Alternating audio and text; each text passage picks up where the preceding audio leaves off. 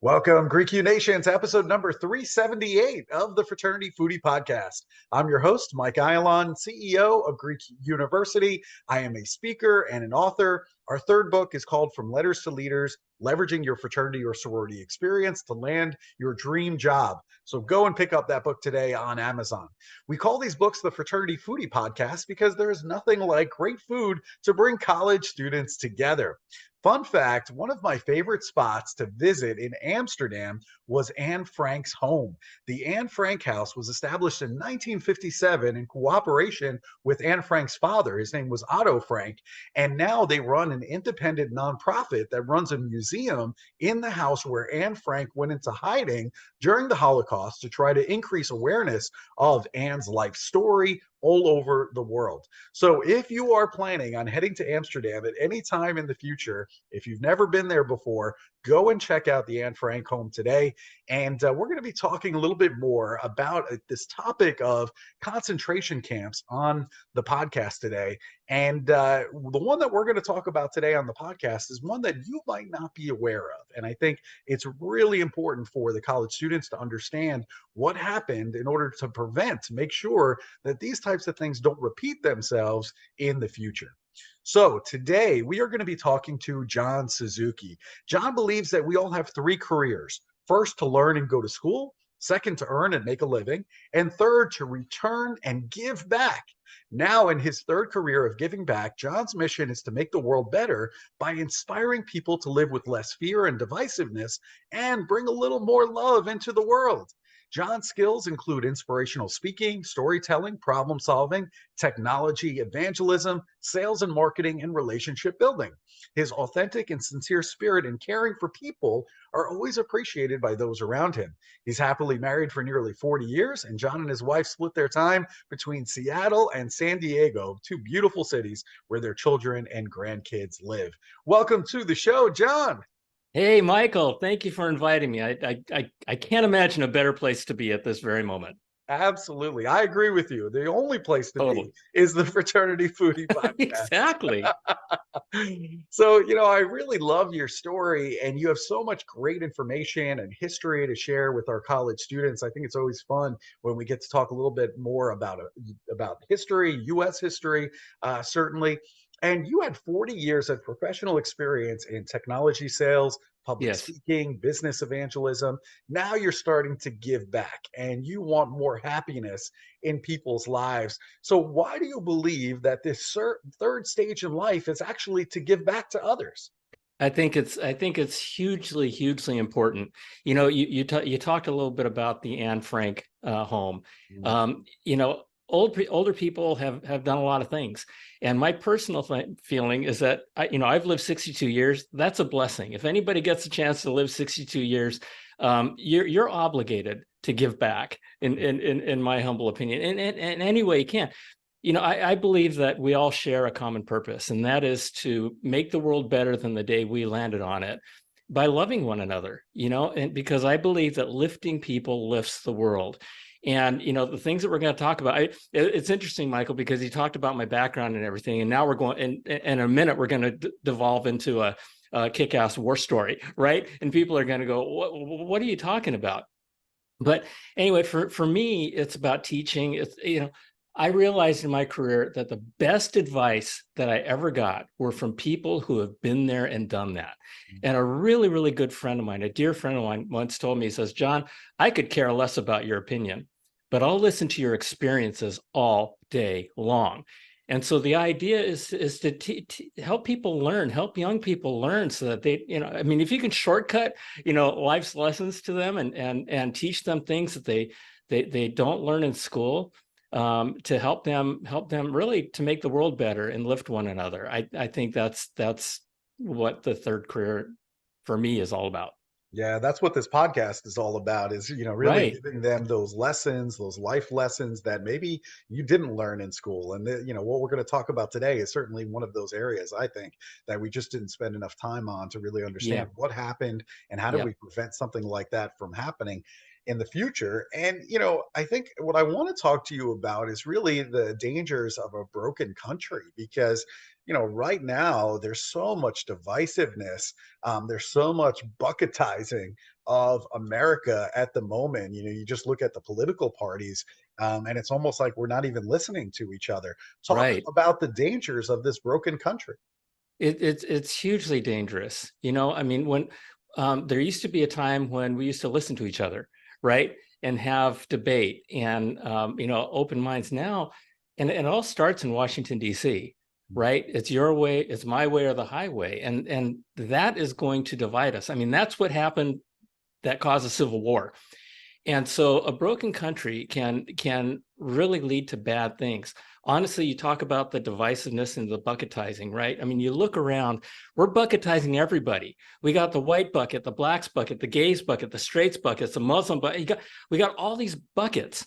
And people have to realize, and I'm so happy, and again, I'm so grateful that you invited me here, because the young people of the world are going to be our future leaders, and they're going to own the world and be responsible for it.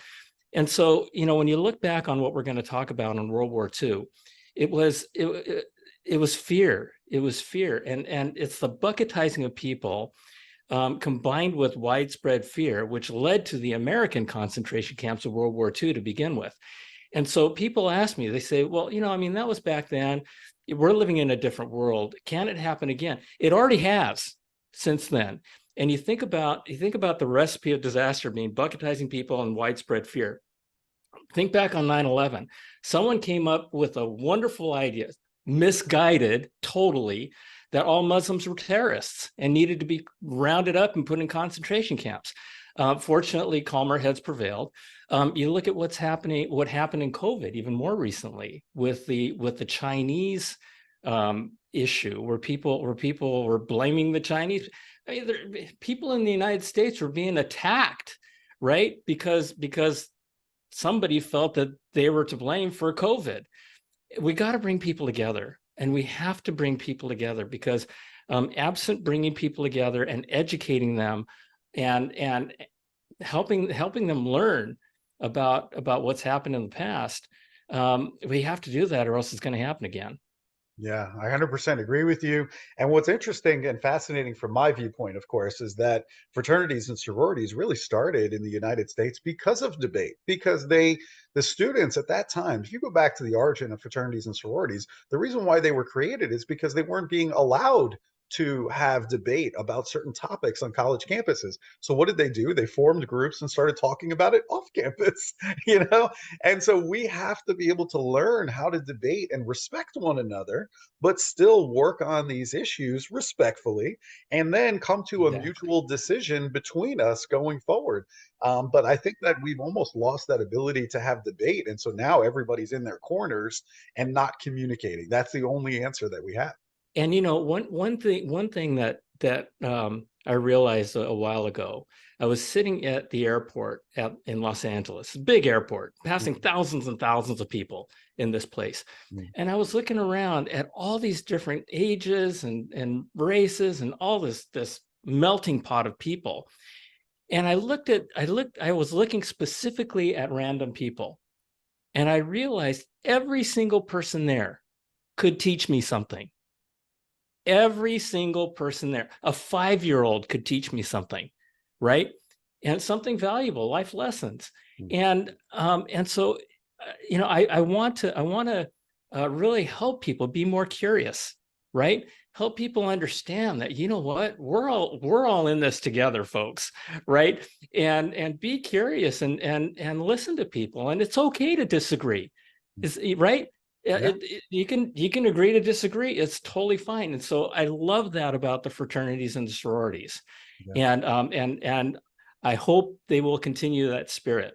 Yeah, I hope so too. I really, believe me, more than you know, I hope that they will Yeah. continue that spirit as well. Well, let's talk about it. Let's get into the history because, you mentioned American concentration camps before, and I think a lot of people that maybe aren't aware of history, they immediately, their antennas went up and said, "What do you mean? Is this happening in America, in the United States of America?" So let's talk about it. On December 7th, Sure. 1941, Japan bombs Pearl Harbor.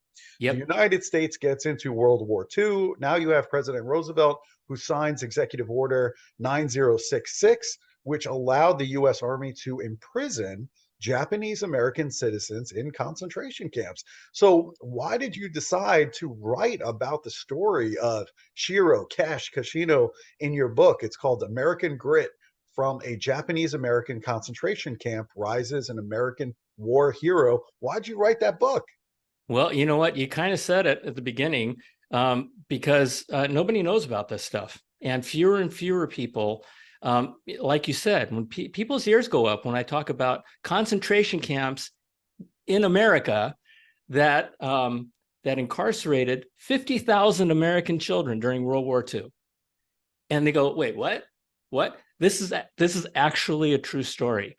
And it's an extraordinary true story. And out of those concentration camps were thousands of men like this gentleman, Shiro, his nickname is Kash, but Shiro Kashino, who volunteered out of those camps to fight and die for the United States Army, who put them and their families in those camps to begin with. And they still, their families were still in those camps while they went off to fight, guarded by the United States Army. I mean, it's crazy.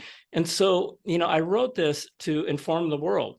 And as we were talking about, to educate. And, there's books about the concentration camps and stuff like that.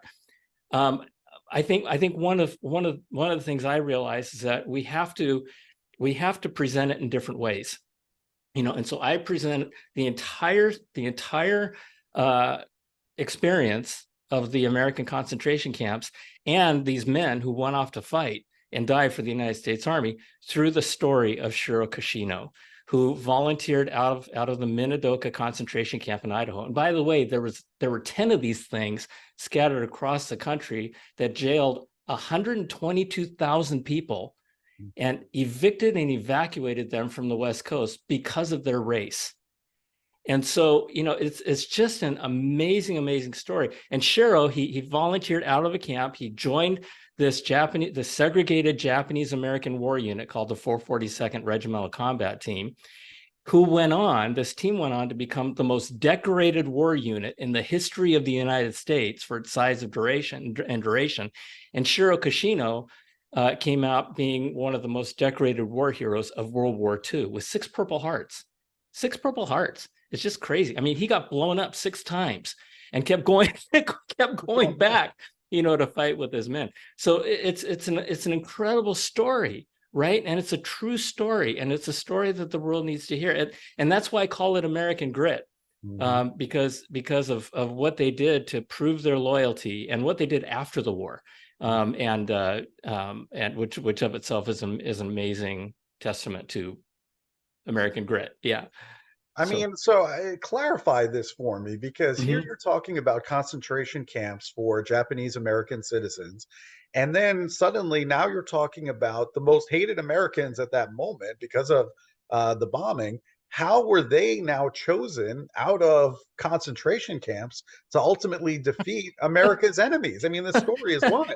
It's totally crazy. So when Executive Order 9066, the executive order that authorized the Army to evacuate and jail everybody, when that happened, there was widespread fear on the West Coast of Japanese spies and that the Japanese were going to attack the West Coast. And so there was a prevailing feeling that if you look like the enemy, if you look Japanese, you must be the enemy. And so they rounded up, including babies and children, as I mentioned to you, right? And so these guys, what happened was that the guys out of the camps volunteered. They volunteered to join the United States Army to prove their loyalty. And so what happened was that they went on to fight in Europe and Japan. And in Europe, they were involved with 2 of the most epic battles of all time. And in the first battle, they lost 80% of their of the regiment. 80%. They lost almost 1,000 guys to save 200 guys from Texas. And they had another battle in Italy, which the Fifth Army, just real quickly, the Fifth Army, which was 200,000 men, for 6 months, couldn't successfully break through a mountain range in Italy called the Apennine Mountain Range. And they had to break through that mountain range in order to get through to Germany. And so what they couldn't do in 6 months, the 442nd came in, they brought in the 442nd, and they did within 48 hours. And I write about this in my book. But you know, they never lost a battle. They never lost a battle. And they refused. I mean, like I said, most of the guys died. And so they came out of the war, and eventually the unit itself got a Congressional Gold Medal. All the Japanese Americans who fought during World War II were recognized with a Congressional Gold Medal. In the Japanese theater, there were 5,000 guys, and I don't talk about the Japanese, the theater in the Pacific, but there are 5,000 Japanese American men who joined the United States Army to fight against Japan. And they served as code breakers, interpreters, negotiators. My dad was one of them. And the amazing thing about that was that at the time, Japan viewed anybody outside of Japan as being Japanese citizens. And if these guys were captured by the Japanese Army or Navy, they were shot for being a traitor. So these guys had to deal with that, and they had to deal with having bodyguards in the United States Army so that our army wouldn't mistake them as a Japanese enemy as they fought against Japan. It's just crazy, crazy stuff, and it's something that is just really inspiring, honestly, and it's a story that very few people know about. Wow, this is really mind-blowing. I'm sure a lot of students, they're hearing about this for the first time as you're speaking. Yeah, yeah. And so, all right, so you told us about the battles, and you kind of talked about the recognition that the United States military gave to these Japanese American citizens for serving. But what was the aftermath of all of this in terms of the families that were in the concentration camps? And, where do we go from here? I guess what happens after? Yeah. So I mentioned that Congressional Gold Medal that came Yeah. almost 50 years after the end of the war. It took that long to I had no recognize these idea. guys. 50 years is a long time. 50 years, right? And so what happened immediately when they came back, they were actually recognized with a parade down through Washington D.C., and they were recognized by President Truman. So the president of the United States, President Roosevelt had died, as you know, but Truman recognized them as being incredible Americans. Not that long after that, a guy named Daniel Inouye, who later served in the United States Senate for 49 years, and he was a Medal of Honor recipient for what he did in World War II. But as he was heading back from the war, he walked into a barbershop, and the barber said, "You need to read that sign on the wall." And the sign said, "We don't cut Jap hair." He was wearing his American uniform, lost his right arm, and that's what the sentiment was like. Even though President Truman had recognized these guys, right? The rest of the country still viewed them very, very negatively as, if you will, Japs. And so immediately after the war, it was really, really hard for these folks in the camps. They released everybody from the camps, and they said, "Hey, look, here's $25 and a one-way bus ticket anywhere, wherever you want to go to start your lives all over again." And you have to understand that when they were incarcerated, they lost everything. A lot of people lost everything. They lost their farms, they lost their businesses, they lost their homes, they lost all their belongings. And now all of a sudden they were told, "All right, have a nice day. Here's $25, right?" So when they came back, and some people that didn't go back to the West Coast because they just didn't want to deal with it, but a lot of people did. Wherever they went, though, they had trouble finding housing. Nobody wanted to house them. They had trouble finding jobs. And here's the thing. As much as they were hated and reviled during and before the war, in a lot of ways, they were viewed even worse because now they were the enemy that lost, right? And even, amazingly, the guys in Seattle came home and they wanted to join the Veterans of Foreign Wars, the VFW. right? It's for veterans. Mm-hmm. They were refused because they were Japanese. These guys, these guys were the most decorated war part of the most decorated war unit in World War II, and the VFW wouldn't accept them. So they went off and created their own clubs, for Japanese Americans. And so, for decades, it was hard. But over time, they never gave up on their American dream of a better life for their families. They didn't want to go back to Japan, right? And they stuck through it. And that's where part of the story of American grit is everything that they did. And they won. They won. They made a much better life for themselves. Mm-hmm. You made some really good points earlier, kind of comparing it to the Muslim Americans and what they felt after the World Trade Center bombing. Right. You mentioned Chinese Americans and what they felt after the pandemic, and blaming China for releasing this.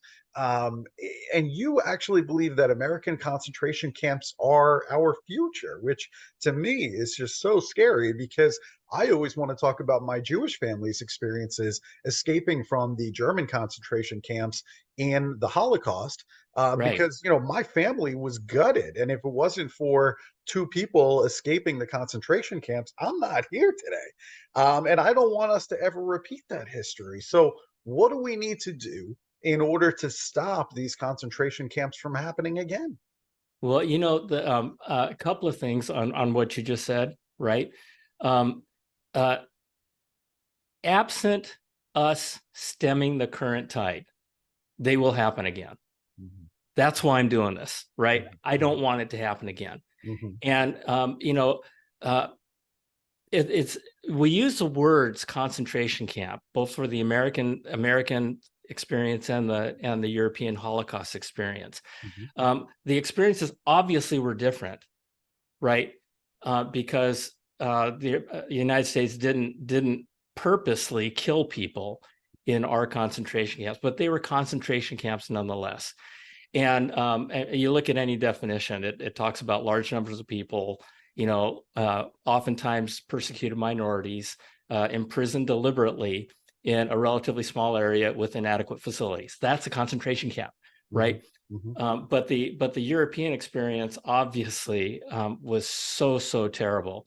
But I do believe that if the vitriol and the impatience and not listening to others and not being curious about other people's viewpoints doesn't get better, something bad's really going to happen. There's no question that something's going to happen that's going to create widespread fear in this country.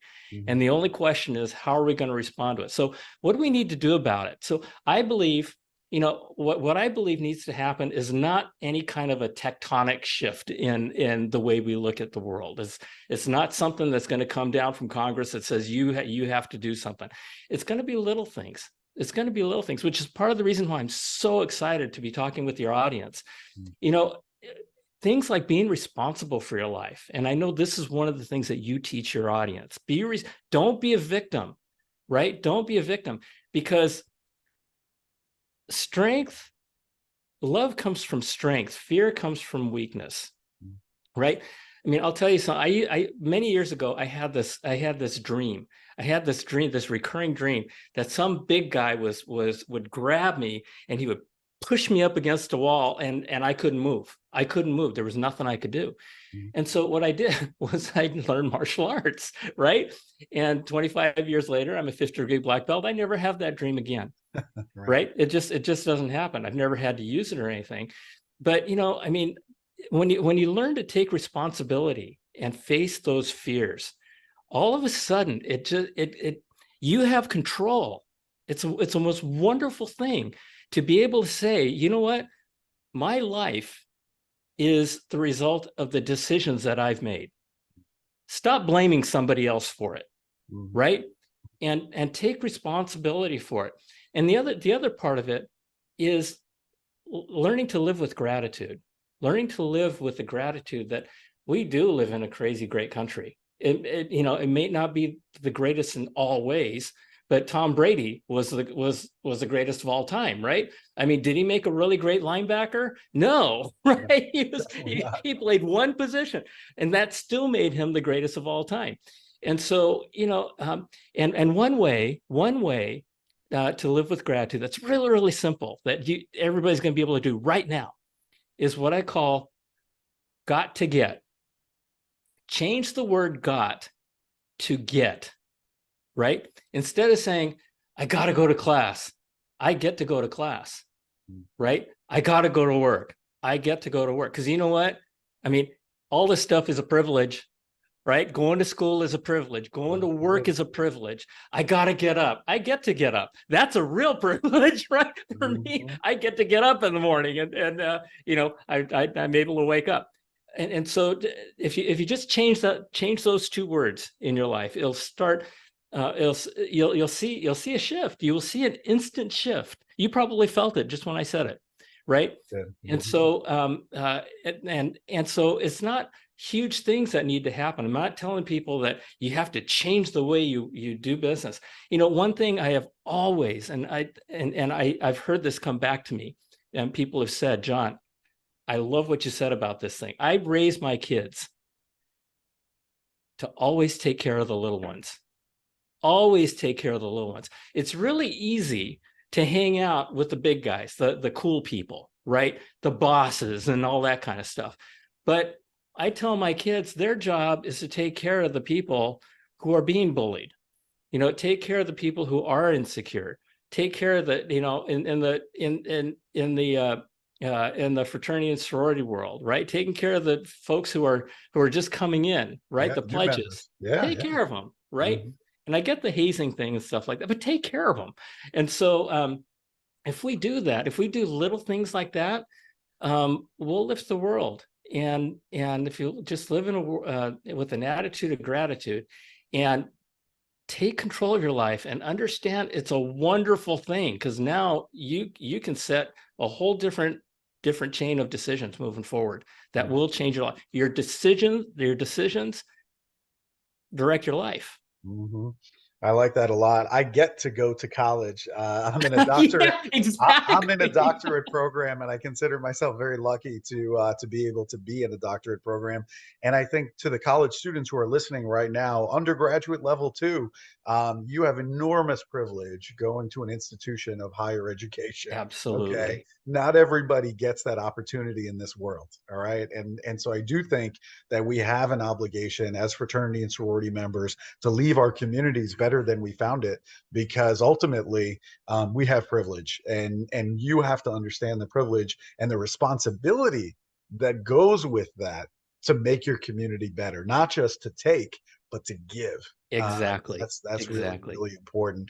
And you talk about, the concentration camps, interestingly enough, in the United States, I think they call it internment camps.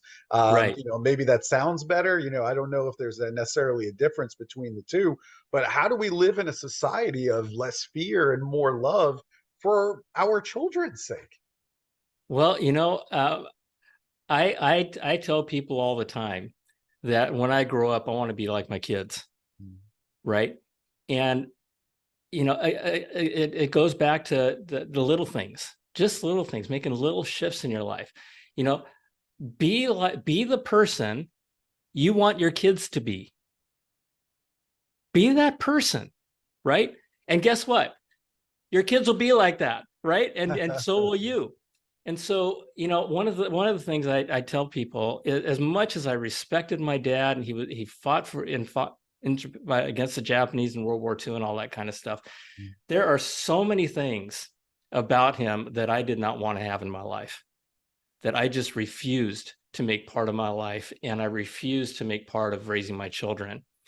And so, be the person, figure out who that person is, and go be that person, because when you're that person, you're gonna lift yourself, and you're gonna lift the world at the same time.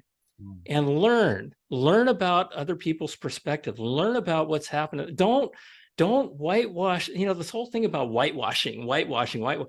To me, don't cancel our history. Learn from it. because history forgotten or history ignored is going to happen again. And so the whole idea is to understand what happened and just, you know what, if it starts coming back up again, get in front of it.